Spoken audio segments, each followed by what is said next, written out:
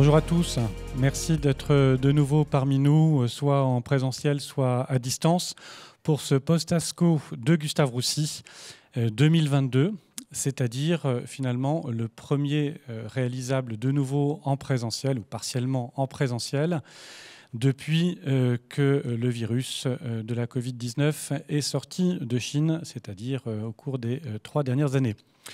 Donc on est très content à la fois de se retrouver ici, dans notre salle de Gustave Roussy. Et au passage, on était très content pour ceux qui ont eu la chance de s'y rendre, d'aller à Chicago et de revoir des têtes connues et des têtes moins connues et d'entendre des vraies présentations présentées au podium.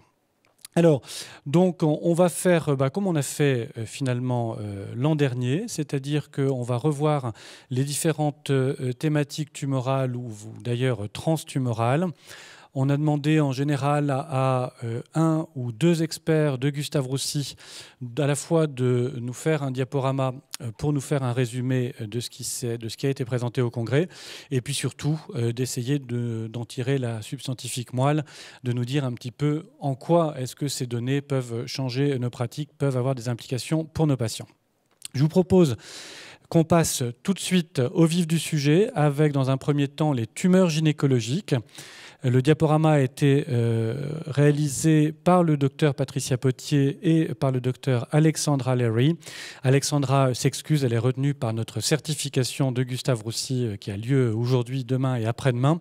Et c'est donc Patricia qui gentiment a accepté d'animer avec moi cette première session sur les tumeurs gynécologiques. Alexandra, pas Alexandra qui n'est pas là, mais Patricia, merci encore. Et on commence par les tumeurs de l'ovaire, si je me souviens bien. Voilà, on va commencer par l'ovaire. Voici les points d'intérêt de l'ASCO de cette année. Bonjour à tous d'abord. Donc pas de scoop, on ne peut pas en avoir tous les ans, mais des confirmations et puis des nouvelles orientations, en particulier pour l'endomètre et le col. Donc dans l'ovaire, un quatrième inhibiteur de PARP en maintenance en première ligne, c'est l'essai Athéna qu'on va voir, le rucaparib. Des nouveaux ADC qui ciblent les récepteurs au folate, il y en a 2. Et des nouvelles cibles de la réparation de l'ADN, comme les inhibiteurs de Wee, en particulier chez les patients qui ont des tumeurs cycline 1 amplifiées ou surexprimées. Et puis, dans l'endomètre, essentiellement de l'immunothérapie, avec, qui pointe son nez, des nouvelles thérapeutiques moléculaires qui semblent d'intérêt. Et puis, dans le col, les ADC aussi, les bispécifiques, on ne parlera pas trop de vaccination parce qu'on n'a pas trop le temps.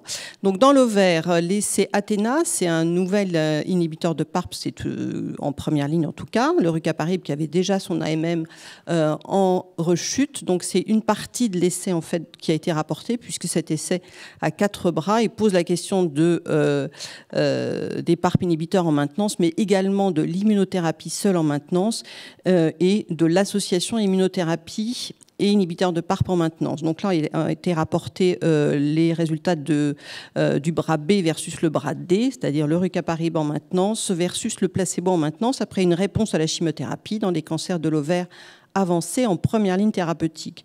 Ce qui est important de noter, c'est qu'il y avait à peu près un quart des malades qui avaient une maladie résiduelle à l'entrée dans l'étude, que, comme d'habitude, 20-25% avaient une mutation de BRCA et que à peu près 22% en plus étaient HRD. Alors, ce n'était pas le test Myriad pour cet essai, mais un test FMI et une perte d'hétérozygosie qui était rapportée.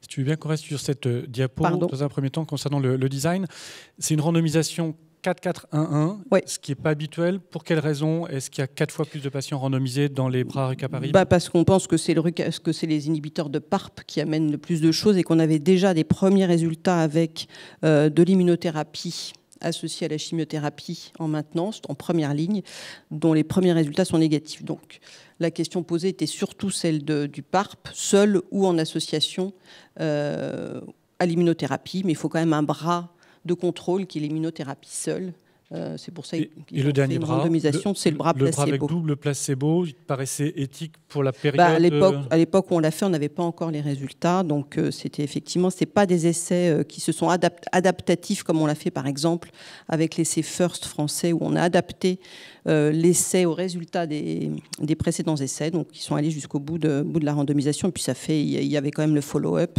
Donc, ça a été terminé avant qu'on ait l'AMM des inhibiteurs de PARP en première ligne. Donc les résultats sont à peu près les mêmes que ceux que l'on voit avec les autres inhibiteurs de PARP, à savoir une médiane de survie sans progression, vous voyez, qui passe de 10 à 20, quasiment doublé, plus que doublé, avec un hasard ratio aux alentours de 0,5. Et si on regarde dans les sous-groupes prédéfinis, lorsque on a un bénéfice qui est plus important, bien évidemment, en fonction du sous-type moléculaire, et les mutés BRCA sont la population qui bénéficie le plus des inhibiteurs de PARP en maintenance, suivi des patients HRD avec une tumeur HRD, mais dans cette population, on a quand même des HRD négatifs qui bénéficient malgré tout de l'inhibiteur de PARP en maintenance, même si ce bénéfice n'est pas aussi important que dans les autres sous-groupes. Mais on a sélectionné les malades sur la réponse aux platines, puisque pour rentrer dans l'étude, il faut répondre au traitement. Enfin, en tout cas, pas progresser.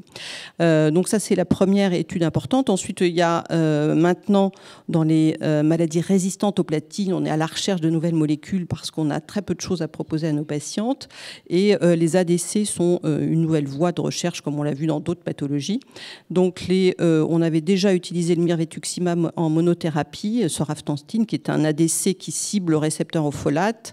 Et les premiers résultats n'étaient pas très positif parce qu'on avait probablement mal sélectionné la population sur le biomarqueur qui est le récepteur au folate.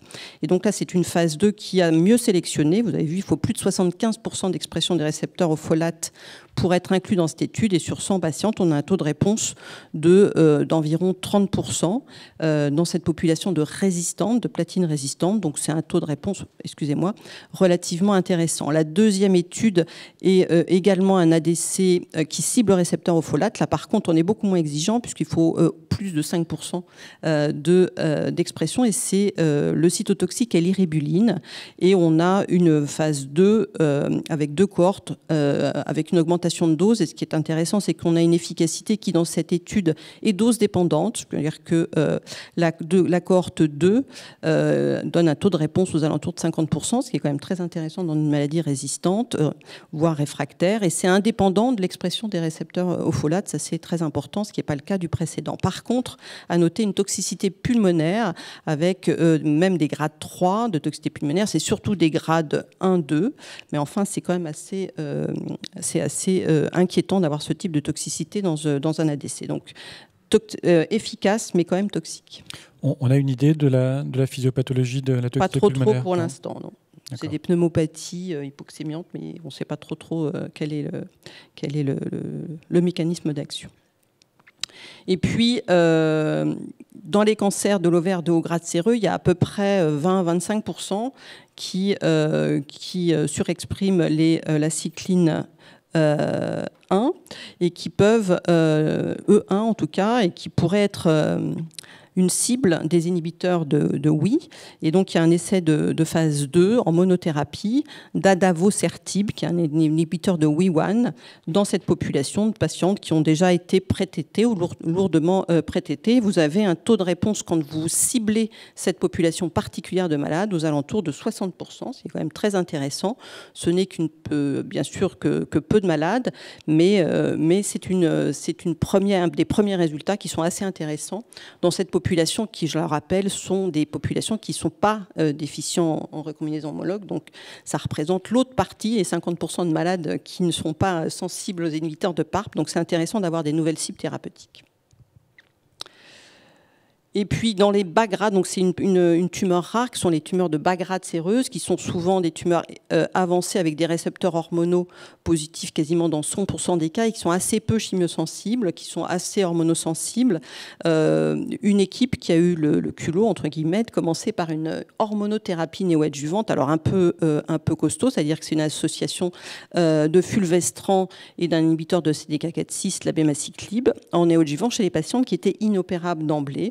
Et alors, il y a une petite population de 15 patientes, mais on a des taux de réponse de 60%, c'est quand même très intéressant, avec à ce jour la moitié des patientes qui ont pu avoir une chirurgie intervallaire, ce qui est rarement le cas lorsqu'on fait de la chimiothérapie seule. On obtient souvent des stabilisations, voire des petites réponses, mais c'est rare qu'on puisse aller jusqu'à la chirurgie.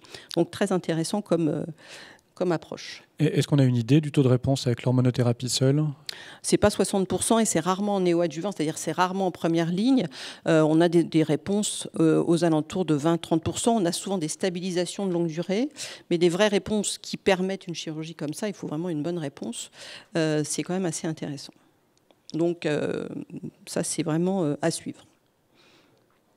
Donc voilà pour l'ovaire, un 4e inhibiteur de PARP en première ligne en maintenance. Donc ça confirme vraiment l'impact majeur de ces drogues en première ligne. Je suis désolée, c'est en direct. Et puis des anticorps conjugués qui ciblent les récepteurs au folate. On a montré l'intérêt, ça va aller plus loin. On a maintenant des associations avec d'autres molécules qui sont en cours. Peut-être avant pour finir sur l'ovaire, concernant la première étude randomisée, pas de données concernant le bénéfice de l'immunothérapie en plus de l'inhibiteur de PARP? Les résultats sont prévus à partir de l'année prochaine, voire dans 2 ans, comme les autres études de première ligne qui associent l'immunothérapie aux inhibiteurs de PARP. Donc on poursuit sur la deuxième partie qui est le cancer du col. Vous savez que les cancers du col métastatiques, lorsque malheureusement l'oncologue médical prend en charge des cancers du col, c'est assez dramatique. On a heureusement depuis l'année dernière montré que l'impact de l'immunothérapie avec la chimiothérapie en première ligne sur la survie, également en deuxième ligne, mais en France, alors que ces 2 études de phase 3 ont été publiées. On n'a toujours pas accès à l'immunothérapie, ni en première, ni en rechute. Là, nous avons eu les résultats de plusieurs études d'immunothérapie, soit en association avec des ADC, soit des bispécifiques qui sont assez intéressants. Donc, l'InnovaTV 205, c'est une phase 2 d'expansion d'un ADC en association, soit avec la chimiothérapie, soit avec l'immunothérapie. Donc c'est le tisotumab vedotin dont on connaît l'efficacité en monothérapie. Ça cible le tissue factor, donc il n'y a pas besoin de faire c'est quasiment tous les cancers du col qui surexpriment le tissue factor. Et en monothérapie, en rechute en deuxième ligne ou troisième ligne, on a des taux de réponse de l'entour de 24% avec des réponses prolongées. On sait donc l'impact de la chimio plus le Pimbro en première ligne maintenant, puisque ça a été montré en phase 3 en première ligne. Donc là, l'objectif, c'était de voir après la phase 1 qui montrait l'absence de toxicité, l'efficacité de l'association du tiso avec du Pimbro en première ou deuxième ligne, ou du tiso avec du carboplatine en rechute. Les résultats sont assez intéressants. Vous voyez qu'en monothérapie, en association sans chimiothérapie, on a des résultats de taux de réponse aux alentours de 40% avec des réponses prolongées. En association avec le platine, on a des taux de réponse plus importants. Par contre, des taux de réponse qui sont souvent moins longs. Alors pour les effets secondaires, c'est ceux connus avec cet ADC, c'est essentiellement oculaire et parfois des problèmes de saignement et de la neuropathie périphérique, mais c'est dans l'ensemble relativement bien toléré. L'étude très intéressante, c'était un bispécifique chinois associant un anti-CTLA4 et un anti-PD1 associé à de la chimiothérapie et du BEV. Donc le même schéma qu'en première ligne, sauf que c'est un bispécifique avec 2 cohortes à 2 doses différentes du bispécifique et la 3e cohorte avec de l'Avastin en plus de la chimiothérapie. C'est une phase 2 randomisée. Vous voyez sur le forest plot que toutes les patientes sont contrôlées par cette association. Donc ça, c'est vraiment majeur, avec des taux de réponse, vous le voyez, aux alentours de 70% avec la chimiothérapie plus le bispécifique et 90% avec la chimiothérapie, le bispécifique et le bevacizumab. Alors, c'est des petites cohortes, mais quand on voit le forest plot, on se rend compte qu'il se passe quelque chose. Alors, on a des taux de réponse quand même aux alentours de 66% avec la chimiothérapie et le pembrolizumab, mais là, aux alentours de 90% avec le BEV et la K104. C'est vraiment très important.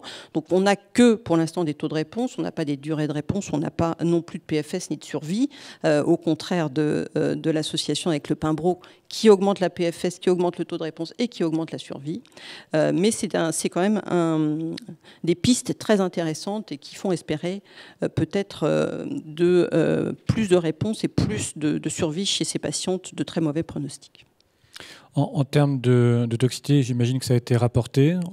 C'est pas de catastrophe. Oui, non, c'est ce qu'on retrouve avec les associations de CTLA4 et de PD1. C'est pas beaucoup plus toxique. C'est des patientes assez jeunes qui tolèrent bien en première ligne. Donc c'est pas, il y a des grades 3-4, mais c'est gérable. Voilà pour le cancer du col. Il y a bien sûr pas mal d'autres essais de vaccination, de choses comme ça, mais c'est ce qui était vraiment le plus important. Pour le cancer de l'endomètre, j'ai choisi 3 études. La première, c'est la confirmation de l'efficacité de l'immunothérapie dans les tumeurs de l'endomètre DMMR, mais également PMMR, avec un suivi à long terme pour bien montrer qu'il y a des réponses prolongées, et puis des trithérapies qui essayent de faire encore mieux que la bithérapie, et puis une nouvelle drogue assez intéressante qui est le sélinexor. Donc Garnet, c'est un essai de dostarlimab au moins 2e ligne de traitement des cancers de l'endomètre métastatique, avec une cohorte DMMR et une cohorte PMMR, avec quand même pas mal de patients dans chaque cohorte, plus de 150 malades. On confirme bien les réponses aux alentours de 45% des cancers de l'endomètre lorsqu'il y a un déficit MMR, aux alentours de 15% seulement lorsque c'est proficient, avec des durées de réponse, vous voyez, qui sont maintenues lorsqu'il y a une réponse à l'immunothérapie en cas de tumeur de l'endomètre MSI. Elle est prolongée, on le voit bien sur cette courbe, alors qu'elle est prolongée lorsqu'il y a une petite réponse, mais elle est aussi prolongée dans les PMMR. Mais par contre, on a un taux de réponse qui est quand même très très faible en monothérapie. Pour l'instant, aucun remboursement. On a un accès précoce enfin, mais de l'association. C'est-à-dire qu'on n'a pas accès précoce à une immunothérapie seule, puisqu'on voit bien quand même que c'est très efficace en monothérapie, mais on a enfin un accès précoce à pembrolizumab plus lenvatinib en rechute de cancer de l'endomètre, quel que soit le statut MMR. Est-ce qu'on attend une différenciation particulière de celui-ci par rapport au PD-1, au PD-L1 qui ont déjà été testés ou pas spécifiquement ? C'est des bons résultats, c'est ce qu'on retrouve à peu près avec le pembrolizumab. Donc, l'objectif, c'est d'essayer de faire, bien évidemment, encore mieux et moins toxique, parce que l'association pembrolizumab lenvatinib dans une population qui a des comorbidités, elle est quand même pas toujours très bien tolérée chez les patientes âgées. Donc le choix, c'était de faire un anti-PDL1 avec du bevacizumab plutôt que du pembrolizumab, du lenvatinib qui est moins toxique, associé à un inhibiteur de PARP. Pourquoi ? Parce qu'on a souvent des mutations de P53, des réponses aux platines, et on a un rationnel pour utiliser des inhibiteurs de PARP dans l'endomètre. On a des essais de maintenance, on a des essais qui vont être ouverts en adjuvant, donc on a des vrais... et puis que l'association avec l'immunothérapie, souvent, et aux anti-angiogéniques, augmente l'efficacité de l'immunothérapie. Donc c'est moins toxique que l'association pembrolizumab lenvatinib de faire le triplet. Vous avez des taux de réponse aux alentours de 40%, donc c'est quand même très intéressant, mais c'est ce qu'on retrouve avec le pembrolizumab lenvatinib. On ne fait pas mieux. En termes de survie et de PFS, c'est également à peu près approchant. Donc, les triplés versus les doublés, non, ça ne fait pas mieux. C'est peut-être un tout petit peu moins toxique, mais c'est probablement plus cher. Donc, il n'y a pas d'impact, en tout cas pour l'instant. Il y a eu plusieurs associations d'immunothérapie et d'anti-angiogéniques qui font aussi bien en termes de PFS et de taux de réponse. Et puis cette dernière étude qui est le sélinexor en maintenance en première rechute métastatique de l'endomètre. C'est un inhibiteur oral qui se prend une fois par semaine de XPO1 qui induit l'accumulation nucléaire de P53, donc qui pourrait être intéressant chez les patients de P53 sauvages et qui est donc pris en maintenance versus placebo après une réponse à la chimiothérapie, quel que soit le statut P53. C'était tous les tumeurs de l'endomètre en réponse à la chimiothérapie. En haut, vous avez le résultat sur toute la population globale. Alors, je ne vois pas très bien d'ici, mais le hasard ratio est positif. Enfin, c'est une étude positive. Le hasard ratio est aux alentours de 0,7 avec une augmentation de la médiane de survie sans progression. Mais lorsque vous prenez la population P53 sauvage, en bas à gauche, vous avez un hasard ratio qui est beaucoup plus intéressant, aux alentours de 0,4, alors que lorsque vous prenez la population P53 mutée, là, vous avez une absence d'efficacité du sélinexor, donc une molécule qui pourrait être intéressante dans cette population de patientes qui sont P53 sauvages. Et donc, on commence à avoir, au-delà de l'immunothérapie, des thérapeutiques ciblées sur les anomalies moléculaires. Ça devient une réalité sur la HRD, sur le P53, parfois sur les mutations BRCA, et puis bien sûr sur le statut MSI. On a des essais en métastatique, vous voyez, qui sont ciblés sur les anomalies moléculaires, et peut-être on pourra rajouter le sélinexor sur cette diapositive, et même en adjuvant, où actuellement il y a un grand essai qui est en train de se monter, en fonction des anomalies moléculaires, d'adapter les traitements adjuvants des patients à haut risque. Et c'est académique européen. Et c'est académique européen, donc la partie RED est sponsorisée par Gustave Roussy. Super, pas mal de bonnes nouvelles quand même pour cet ASCO. Oui, au final, on en trouve. En grattant, on trouve des bonnes choses. On n'a pas eu besoin de gratter beaucoup pour avoir des bonnes nouvelles, bravo. Est-ce qu'il y a éventuellement des questions dans la salle? S'il y a une question courte, levez la main au besoin, je redirai votre question. Et c'est valable pour cette présentation, pour les suivantes, n'hésitez pas. Sinon, on va libérer Patricia avec ses jolies nouvelles. Et dans quelques minutes, on se retrouve pour le cancer du sein. Merci beaucoup.